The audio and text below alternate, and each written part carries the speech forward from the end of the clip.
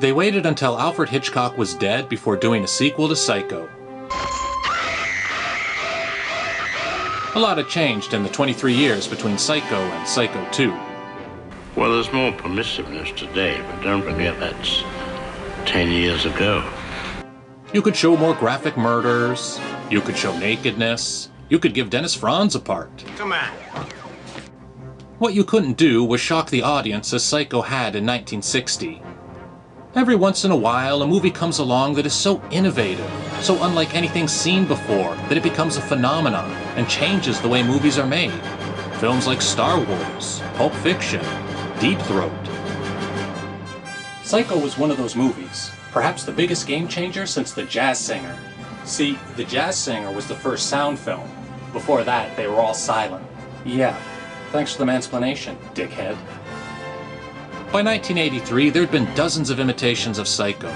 Stylish thrillers filled with suspense and murder and weirdos.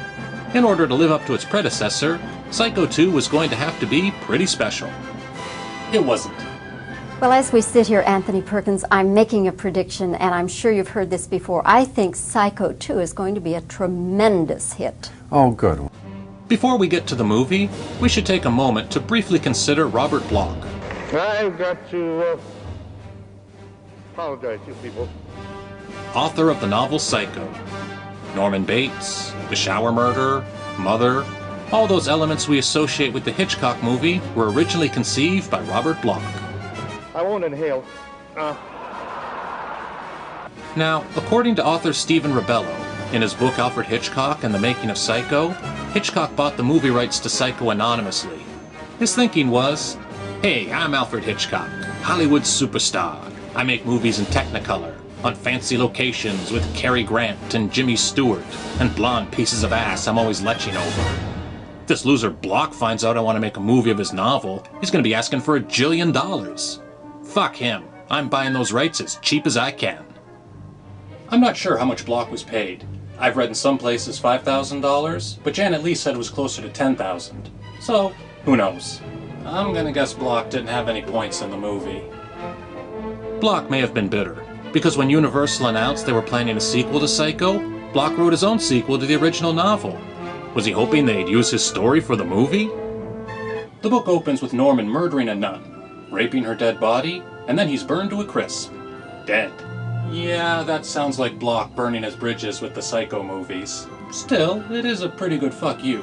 Like, imagine if after Dr. No came out, Ian Fleming wrote a new James Bond novel, where 007 strangles a toddler, wears woman's underwear, and force-feeds dog shit to the Queen.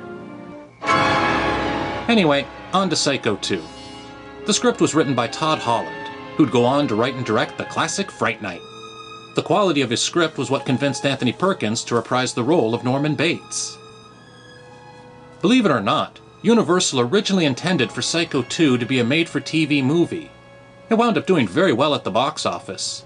In its opening week, Psycho 2 came in at number 2. The only movie to beat it was Return of the Jedi. By how much? Well, Psycho 2 grossed $8 million that week, and Return of the Jedi grossed $17 million that week, so it beat it by about more than double. After being locked up for 22 years, Norman Bates has been deemed cured, and he's going to be released from the mental hospital. Everyone seems happy for him, and I think they're about to break out the champagne. But then Lila Loomis starts reminding everyone about how Norman brutally murdered her sister, and maybe they shouldn't let him out just yet. She's a total buzzkill. Lila Loomis? Who is she, a Marvel Comics character? I guess that means she married Sam Loomis, Marion's boyfriend.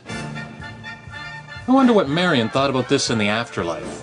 Like, I guess one day she was up in heaven, looking down through the clouds and going, I can't believe my trashy sister is flirting with my boyfriend. Oh my god, now he's flirting back. Dude, that's my sister. What, we're just interchangeable to you? Oh my god, now they're fucking. I got killed trying to bring you $40,000 because you were such a financial disaster, and now you're fucking my slutty sister? Way to honor my memory, guys. To help him assimilate back into society, Norman's given a job in a diner. Now, some mass murderers might not want to be around knives because they could provoke bad memories. This movie was made back in the 80s, before safe spaces and trigger warnings, so people are constantly handing Norman knives, making him confront the scary things. At the diner, Norman befriends a young woman and immediately starts bugging her to move in with him. There's a spare room upstairs and you're more than welcome to it. I don't think that's such a good idea. Why? She said you'd been locked up. Did she say why? Well, I'll tell you. When I was 12, my mother went mad. So I put some poison in her tea, you know? I'm all right now. Wow, he's really downplaying what he did. Yeah, my mother was abusive, so I poisoned her. He did a little bit more than that. Incredibly, the motel is still up and running. It was nice of the state to hire someone to caretake Norman's business for the last 2 decades, on the off chance he ever got released. However, Norman the Prude disapproves of the way his, now profitable, motel is being run. What kind of a motel are you running here? People come here to party. At least my customers have a good time. What'd yours get, Bates, huh? Dead! That's what they got! Dead! Murdered by you loony! He makes a good point there. And before you get all high and mighty, Norman, remember who spent their whole life peeping through bathroom walls? Norman keeps finding notes from Mother. What? Has she come back from the grave? Is someone playing a cruel joke? Is Norman losing his mind again? Before you know it, people are getting stabbed by a crazy old woman in a dress. My favorite is the 2 kids who sneak into the basement of the Bates house, intending to have sex on the same jizz-stained mattress all the other kids use.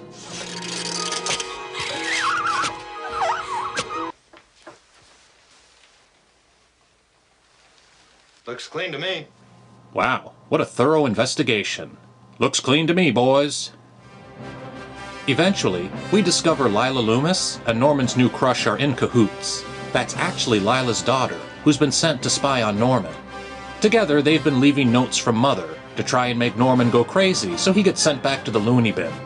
It's a real Scooby-Doo kind of scheme. I guess it worked, because Norman is putting on the dress and ramming his kitchen knife down Lila's throat like she's Linda Lovelace.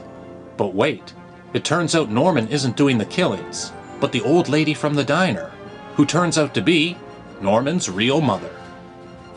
Too young to remember me. On the one hand, it's clever the way Psycho 2 subverts our expectations. In the original Psycho, the audience thought Mother was doing the killings, and were surprised when the killer turned out to be Norman. In Psycho 2, the audience thinks Norman is doing the killings, and is surprised when the killer turns out to actually be his mother this time. And then when I saw what they were trying to do to my poor little boy, I couldn't stand it. The big problem with this is the way it retcons the original Psycho. Now they're saying that corpse in the basement was actually Norman's aunt, not his mother. That's kinda lame.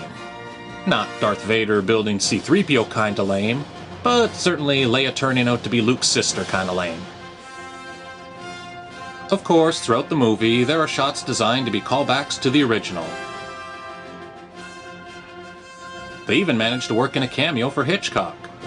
That said, the movie ends with one of the best closing shots I've ever seen.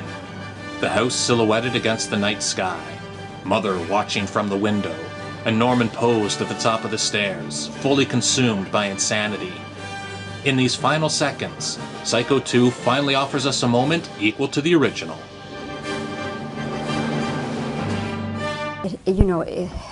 We do a lot of editing, intercutting clips and things. I can't sit back because my feet don't touch the floor. You don't have that problem with your nice long legs. No. Shenanigans. It's been a lot of fun, shenanigans. But now we've got to run. It's funny how the minutes seem to fly.